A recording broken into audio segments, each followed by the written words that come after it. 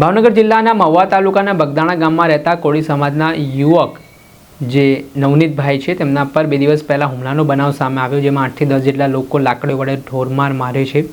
આ ઘટનામાં કહેવાય રહ્યું છે કે નવનીતભાઈ નામના વ્યક્તિએ જે બજરંગદાસ આશ્રમ આવેલો છે બગદાણામાં, ત્યાં મેનેજિંગ ટ્રસ્ટી તરીકે કાંદાવલી ખાતે એક કાર્યક્રમ હતો, જે કાર્યક્રમમાં લોક સાહિત્યકાર માયાભાઈ આહિર દ્વારા મેનેજિંગ ટ્રસ્ટીનું નામ લેવામાં આવ્યું, પરંતુ આ બાબતે બગદાણાના જે કોળી યુવક છે તેમના દ્વારા માયાભાઈ આહિરને ફોન કરીને ધ્યાન દોરવામાં આવ્યું ને તેમની ભૂલ હોવાની વાત કરી। ત્યારબાદ માયાભાઈ આહિરનો એક વિડીયો સોશિયલ મીડિયા પર સામે આવ્યો, જેમાં તેઓ માફી માંગતા જોવા મળ્યા ને આ ઘટનાને લઈને આક્ષેપ લાગ્યા કે જયરાજ આહિરે ત્યાર પછી આ જે નવનીતભાઈ નામના વ્યક્તિ છે તેમને ફોન કર્યો ને 8 થી 10 જેટલા લોકો ત્યાં પહોંચે છે અને ધોકાવાળી કરે છે। આ ઘટનામાં તેમને ગંભીર ઇજાઓ પહોંચી છે અને આ મામલે ધારાસભ્ય હીરા સોલંકી છે તે હનુમંત હોસ્પિટલે પહોંચ્યા ને નવનીતભાઈ સાથે તેમણે મુલાકાત કરી। આ ઘટનામાં કોણ સંડોવાયેલો છે તેને લઈને તેમણે નિવેદન આપતા શું કહ્યું તે સાંભળો। હીરાભાઈ, નવનીતભાઈ ઉપર હુમલાની ઘટના બની હતી 29 ડિસેમ્બરના રોજ। આજે તમે મુલાકાત લીધી છે, કોણ છે હુમલાની પાછળ, શું કહેવું છે પીડિતનું? મેં નવનીતને સાંભળ્યો છે, એના પાસે બધા પુરાવા છે।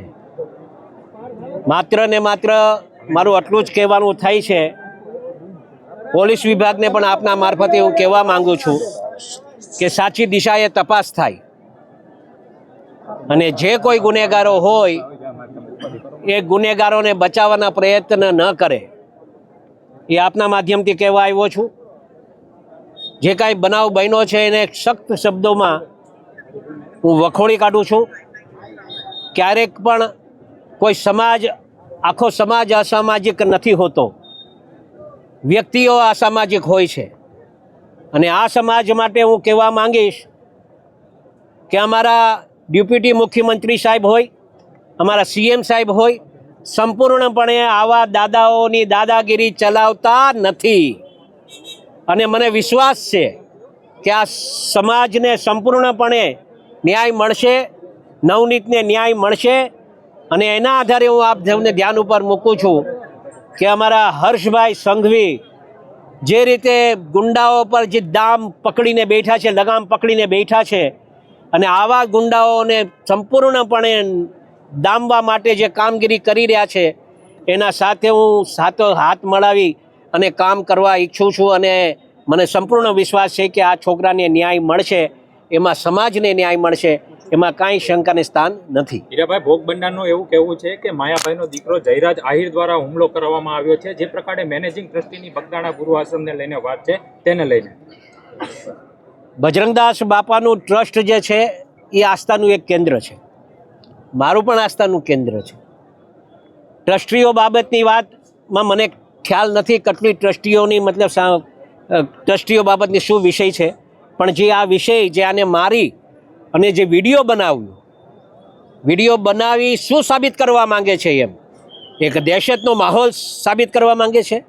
આ વિડીયો બનાવી કોના સાથે વાત ચાલુ હતી એની સંપૂર્ણપણે તપાસ થવી જોઈએ।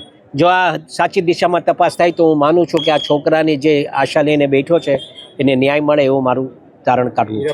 ભોગ બનનારને મળ્યા છો, આપને કોનું કહ્યું કે કોના દ્વારા હુમલો કરવામાં આવ્યો હતો? મને તો સંપૂર્ણપણે એવે જે વાત કરી છે એવે તો જે લોકોના નામ આપ્યા છે, હવે વાસ્તવિકતા કેટલી સાચી છે કેટલી ખોટી છે એ તો તપાસનો વિષય છે અને તપાસ થાય પછી જ તો ખ્યાલ આવશે કે શું સાચું છે અને શું નથી। તો પોલીસે ગઈકાલે બાઇટ આપ્યું ડીવાયએસપીએ, તેમને એવું કહ્યું કે પ્રોહિબિશન હજુ તપાસ ચાલુ છે, ફરીથી નિવેદન લેવાનું થશે તો અમે નિવેદન પર પાછું નવનીતનું અપાવીશું અને પાછીથી તપાસ થવાની હશે તો એ પણ કરાવીશું। પોલીસ સામે કયા પ્રકારના પગલાં લેવાની હવે માંગ ગૃહમંત્રીને કરવામાં આવશે?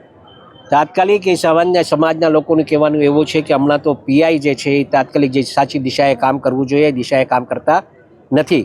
ક્યાંક એને એવું લાગે છે કે એ છાવરવાના પ્રયત્ન કરી રહ્યા છે, એના માટે જો આપણે એસપી સાહેબને હું ડીજી સાહેબને હું રજૂઆત કરીશ કે તાત્કાલિક આ થાય તો સમાજને ક્યાંક નાનો મોટો હમણાં ન્યાય મળે એવું લાગશે।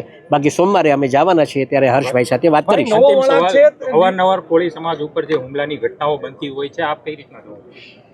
અને આપના માધ્યમથી એ પણ હું કહેવા માંગુ છું મિત્રો કે ભવિષ્યમાં આવી કોળી સમાજ પર ક્યારે આવો અન્યાય ન થાય એના તકેદારી રાખવા માટે પણ આજે અમે આખો સમાજ અહીંયા ભેગો થયો છે। આવતા દિવસોમાં અમે રજૂઆત કરી અને હોમ મિનિસ્ટર સાહેબ હોય, સીએમ સાહેબ હોય, બધાને રજૂઆત કરી અને કોળી સમાજને ન્યાય મળે એ દિશાએ કામ કરશું. ભાઈ મહુવા ડીવાયએસપી છે રીમાબા ઝાલા, તેમનું કહેવું છે કે અમને બાતમી આપતા હતા, તેવી બાતમીની કોઈ વાત એ છે? કોઈ ખોટી વાત છે, બધી ખોટી વાત છે. મેં અમને છોકરાઓ પાસે જાણ્યું, નવનીત પાસે જાણ્યું. એ પોલીસ સ્ટેશન અલગ છે, આ પોલીસ સ્ટેશન અલગ છે. આના સાથે કાંઈ લેવા દેવા છે જ નહીં. આ કોના સગા સંબંધીઓ થાય છે, કોણ છે, હું નહીં, એ તપાસનો વિષય છે. એ થાય પછી સાચી ભાઈ હકીકત શું બહાર લાગે છે આવે. ડીવાયએસપી શા માટે આ પ્રકારની કાલે પ્રેસ કોન્ફરન્સ યોજી હશે? એ તો હવે એનો તપાસનો વિષય છે. એને જે તપાસમાં એને ધ્યાન ઉપર જે આવ્યું એ ધ્યાન ઉપર મૂક્યું હશે. ચાલો, થેન્ક યુ.